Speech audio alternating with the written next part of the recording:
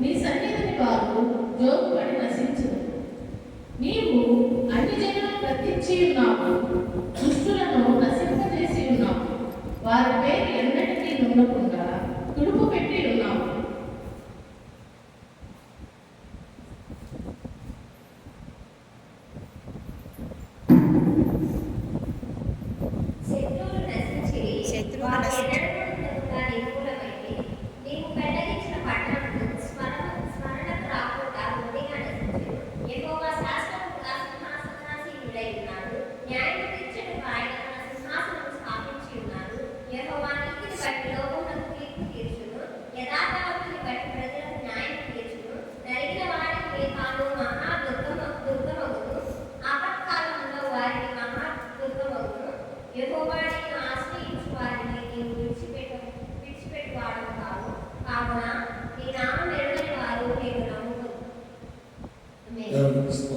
దేవుడు దావీదుకి మనందరి కొరకు దీవించి ఆదరించి ఆశీర్వదించుగా. ఆమేన్. హల్లెలూయా. ఇలా చదువుతున్న వాక్య భాగంలో మొదటి చరణంలో చక్కటి మాట రాయబడింది. చాలా అద్భుతమైన మాటలు దేవుడు జ్ఞాపకం చేస్తూ మాట్లాడుతున్నాడు. నా పూర్ణ హృదయంతో నేను యెహోవాను స్తుతించెదను. యెహోవా, నీ అద్భుత కార్యములన్నిటినీ నేను వివరించెదను. దేవుని అద్భుత కార్యములన్నిటినీ ఏం చేయాలన్నా వివరించాలి. క్రీస్తు నమ్మక ముందు మన స్థితిగతులు ఎలా ఉన్నాయి, మన పరిస్థితులు ఎలా ఉన్నాయి, క్రీస్తును సొంత రక్షకునిగా అంగీకరించిన తర్వాత, ఆరు వర్షం పొందిన తర్వాత, బాప్తిసం తీసుకున్న తర్వాత, సంఘములో చేర్చబడిన తర్వాత మన పరిస్థితులు ఎలా మార్చబడ్డాయి. ఈ అద్భుత కార్యాలు ఎప్పుడు దేవుడి దగ్గర కనపరిచేవారుగా ఉండాలి. అయ్యా, నేను నమ్మక ముందు చాలా దరిద్రమైన పరిస్థితుల్లో మేము ఉన్నామయ్యా, చాలా ఆర్థిక పరిస్థితుల్లో మేము ఉన్నామయ్యా, చాలా పర్యటనతో రోగాలతో వికృతిలో మేము ఉన్నామయ్యా. నిన్ను నమ్మిన తర్వాత, నీవు మా దేవుడిగా ఉన్న తర్వాత ఆ జీవితంలో ఎన్ని అద్భుతాలు మీరు చేశారు. ఎన్ని గొప్ప కార్యాలు, ఎన్ని అద్భుత కార్యాలు ఆ భక్తులు జరిగించుకోవాలి. ఆయన ఆశ్చర్య కార్యములను మనం ఎల్లరి వచ్చేవారుగా మనం ఉండాలి. ఆమె కాదు, యేసు క్రీస్తు వారి గురించి తెలియని వారికి తెలియపరచాలి. మా ప్రభు, నేను యేసయ్య నమ్మకం ముందు చాలా బాధలో ఉండేవాడయ్యా, చాలా రోగాలతో ఉండేవాడిని, నొప్పులతో ఉండేవాడిని. ఆ కుటుంబం సంక్షేమ చేత అల్లాడిపోతుండేదయ్యా. కానీ యేసయ్య నమ్మిన తర్వాత దేవుడి గొప్ప కార్యాలు చేశాడు, మంచి మేలు చేశాడు అని ఆయన అద్భుతములను మనము ఏం చేయాలి? చాటి చెప్పే వారముగా ఉండాలి, ఇతరులతో పంచుకునే వారముగా మనం ఉండాలి. దేవునికి స్తోత్రం. హల్లెలూయా. అది అవసరం.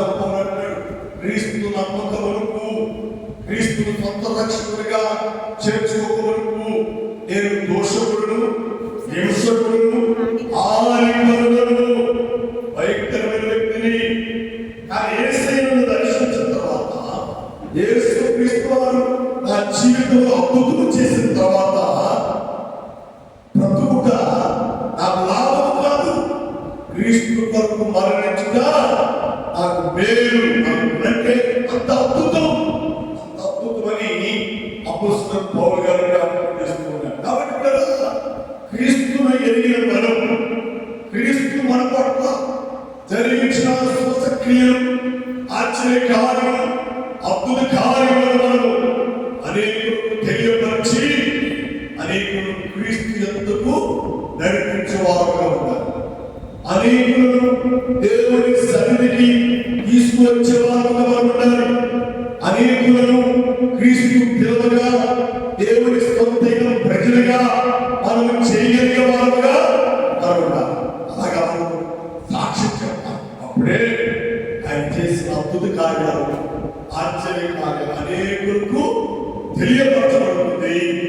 దాని ద్వారా ఈ ఆత్మలను దేవుని ఎందుకు నడిపించగలుగుతాము అని ఈ దావీదు కీర్తన ద్వారా దేవుడు మనతో మాట్లాడుతున్నాడు. కాబట్టి మనం దేవుని సమర్పణ చేసుకొని దేవుడు మన పట్ల చేసిన అద్భుత కార్యాలను అది ఎప్పుడు కూడా మర్చిపోకుండా అనేకులకు తెలియపరుస్తూ అనేకులకు పిల్లల ఎవరిస్తూ దేవుడు గొప్ప దేవుడు, స్వచ్ఛ కార్యాలు చేసే దేవుడు, అద్భుత కార్యాలు చేసే దేవుడు, దేయాన్ని అనుకునే దేవుడు, శాతపడి శక్తులను విడుదల చేసే దేవుడు, సంతానం లేని వారికి సంతానం ఇచ్చే దేవుడు, గుడ్డి వారికి పండించే దేవుడు, గుంటి వారికి పాలించే దేవుడు, చంద్ర రోగం నానావిధ రోగముల చేత బాధపడే వారిని బాగు చేసే దేవుడు, క్యాన్సర్ రోగములు బాగు చేసే దేవుడు, కిడ్నీలు ఫెయిల్ వారికి స్వస్థతనిచ్చే దేవుడు, ఎవరు పాడే వారిని బాగు చేసే దేవుడు, ఎన్నో గొప్ప కార్యాలు మరణకరమైన వ్యాధుల నుండి విడుదల కలిగించేసే దేవుడు. ఆయన సూచక్రియలు అద్భుతములు చాలా గొప్పవని మనము అనేకులు తెలియపరచాలి. ఆమె దేవుడి నామం మన ద్వారా మహిమపరచబడుతుంది. మన ద్వారా దేవుడి నామానికి ఘనత వస్తుంది అని ప్రభు పేరున ప్రభు నామములు ఆలోచిస్తున్నారు. దేవుడి దానికి మనందరి కొరకు దీవించి ఆదరించి ఆశీర్వదించుగాక. ఆమేన్, ఆమేన్, ఆమేన్. మన మధ్యలో పాస్టర్ గారు ఈ వారం పాస్టర్ గారు వాక్యాన్ని మనకి అందించింది. దేవుడి మాటలు మనకు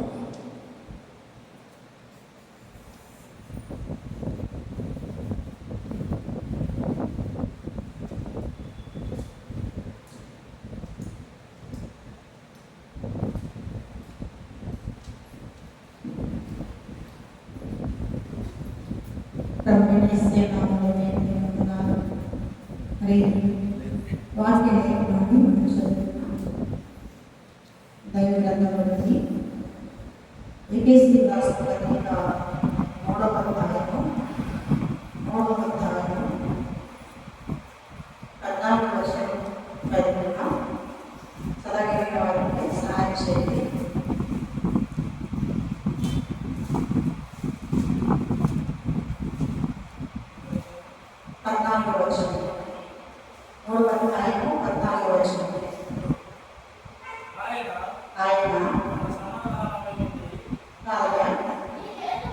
ఈ హేతుల చేత పరలోకమందును భూమి మీదను ఉన్న ప్రతి కుటుంబం ఏ తండ్రిని బట్టి కుటుంబం అని పిలువబడుచున్నది ఆ తండ్రి ఎదుట మోకాళ్ళను కూర్చోవాలి.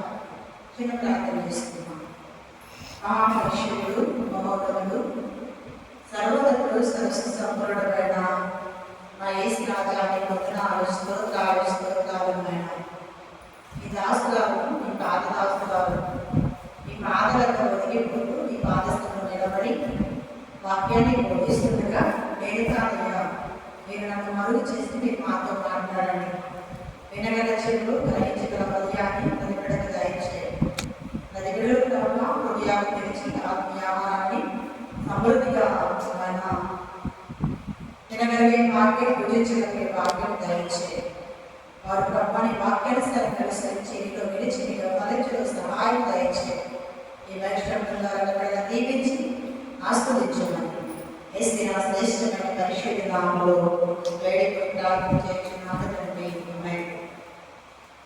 దయచేసి ఇక్కడ మనం చదువుతున్న వాక్య భాగంలో చాలా అద్భుతమైన మాటలు మరోసారి చదువుతున్నాం. ఈ హేతుల చేత పరలోకమందును భూమి మీదను ఉన్న ప్రతి కుటుంబము ఏ తండ్రిని బట్టి కుటుంబాన్ని పిలువబడుచున్నదో ఆ తండ్రి ఎదుట ఆ నేటి మోకాడు పోనించాలి. ఇక్కడ మనం చదువుకున్న వాక్య భాగంలో చాలా అద్భుతమైన శ్రేష్టమైన అమూల్యమైన మర్మాలు కాచబడి ఉన్నాయి. ఒక భక్తుడు చెప్తాడు, ఒక కుటుంబం చిన్న సంఘం అయితే ఒక సంఘం పెద్ద కుటుంబం అంట. అర్థమవుతుందా?